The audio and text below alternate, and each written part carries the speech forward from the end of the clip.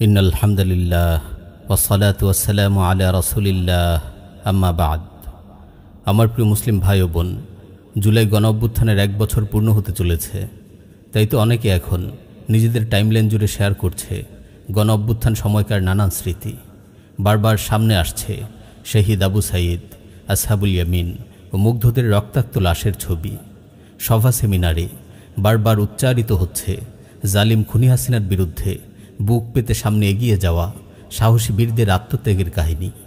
নিঃসন্দেহে ছাত্র জনতার এত আত্মত্যাগ, এত রক্ত ঝরানো কোরবানি, এসব কিছুর একমাত্র লক্ষ্য ছিল সকল জুলুম, নিপীড়ন ও অন্যায় অনাচারের অবসান। কিন্তু জুলাই শহীদদের সেই লক্ষ্য আকাঙ্ক্ষা কি আজও বাস্তবায়ন হয়েছে? দুঃখজনক হলেও সত্য, জুলাই আন্দোলনে আহত মানুষগুলোকে এখনও দেখতে হচ্ছে দেশের করুণ চিত্র। এখনও দেশ জুড়ে চলছে খুন, ধর্ষণ, লুটপাট, দুর্নীতি, চাঁদাবাজি।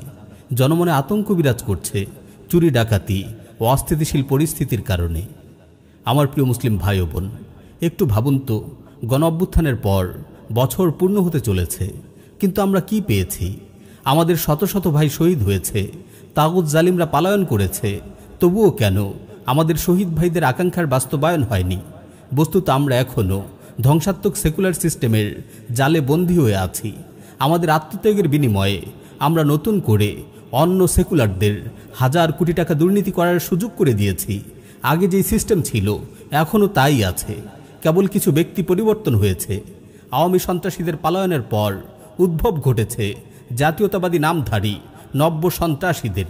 হাট বাজারগুলোতে তারা আওয়ামী গুন্ডাদের মতোই তাণ্ডব চালাচ্ছে। চাঁদা না দেয়ায় প্রকাশ্যে ব্যবসায়ীকে নির্মমভাবে হত্যা করে নিহতের লাশের উপর দাঁড়িয়ে নৃত্য করছে। তারা মুখিয়ে আছে কখন ক্ষমতার চেয়ারে বসবে, যেন ক্ষমতার দাপট দেখিয়ে আরও বেশি লুটপাট চালাতে পারে। তারা বোঝাতে চায় নির্বাচন দিয়ে তাদের ক্ষমতায় বসানোর জন্যই যেন এত এত ছাত্র জনতা জীবন দিয়েছে। আমার প্রিয় মুসলিম ভাই ও বোন, সেকুলার এই সিস্টেমে গণতন্ত্র পূজারী যে দলই ক্ষমতায় আসুক, তারা জালিম হাসিনা ও আওয়ামী সন্ত্রাসীদের মতোই পৈশাচিক আচরণ করবে। কারণ এদের কাছে ক্ষমতার অপব্যবহার করে নিজেদের স্বার্থ পূরণই মুখ্য বিষয়।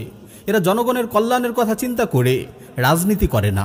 এরা দলীয় পদের জন্য নিজেদের দলীয় কর্মীকে খুন করতেও কুণ্ঠাবোধ করে না। সাধারণ জনগণের টুটি চিপে ধরা এদের কাছে খুবই মামুলি ব্যাপার।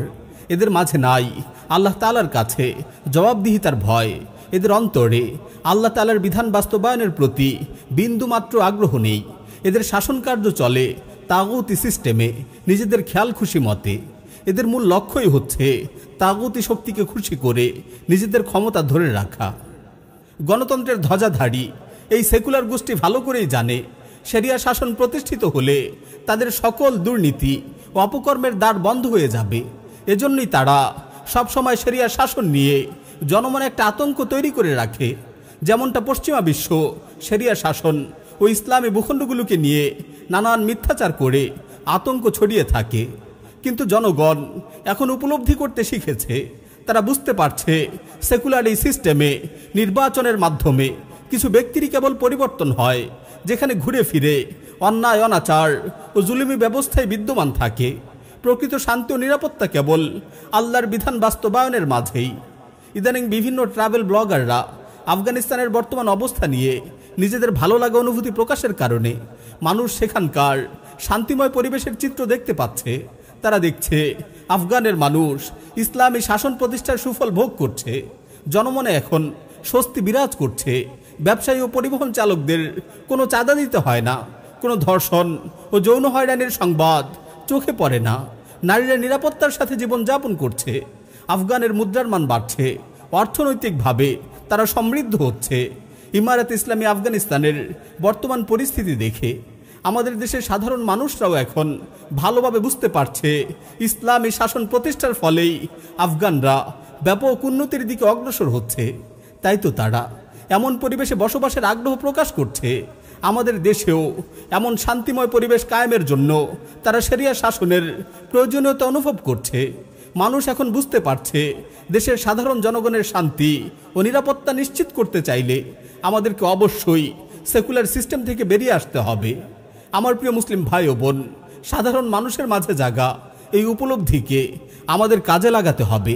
আর এখনও যারা মানবরচিত তন্ত্রমন্ত্র ও সেকুলার সিস্টেমের বেড়াজালে আটকে আছে, তাদেরকে শরিয়া শাসনের প্রয়োজনীয়তা ও সেকুলারিজমের অসারতা স্পষ্টভাবে বোঝাতে হবে। জনমনে শরিয়ার আকাঙ্ক্ষা যেন প্রবল হয়, এই লক্ষ্যে এখন থেকে আমাদের সবাইকে ব্যাপক দাওয়াতি কার্যক্রম চালাতে হবে। আমাদের জুলাই শহীদদের আকাঙ্ক্ষার বাস্তবায়ন চাইলে নতুন করে আরেকটি যুদ্ধের জন্য আমাদের প্রস্তুতি নিতে হবে। উম্মাহকে আরেকটি বিপ্লবের জন্য প্রস্তুত করতে হবে। আমাদের আগামীর বিপ্লব যেন হয় শুধু শরিয়ার জন্য, তাগুতের তৈরি কোনো তন্ত্রমন্ত্রের জন্য নয়। আমার প্রিয় মুসলিম ভাই ও বোন, আমরা যে কাঙ্ক্ষিত শান্তি ও নিরাপত্তার পরিবেশ চাই তা ইসলামী শাসন প্রতিষ্ঠিত হলেই নিশ্চিত হবে। তখনই সমাজ থেকে অন্যায় অনাচারের সকল শিকড় উৎপাটিত হবে বিইজনিল্লাহ। তাই আসুন প্রচলিত সেকুলার সিস্টেম ও মানবরচিত তন্ত্রমন্ত্রকে ছুঁড়ে ফেলে আল্লাহর বিধানকে প্রতিষ্ঠিত করার জন্য আমরা কাফেলাবদ্ধ হই। জনগণকে সচেতন করতে ব্যাপকভাবে দাওয়ার কাজ চালাই। আল্লাহ সুবহানাহু ওয়া তাআলা আমাদের সেই তৌফিক দান করুন।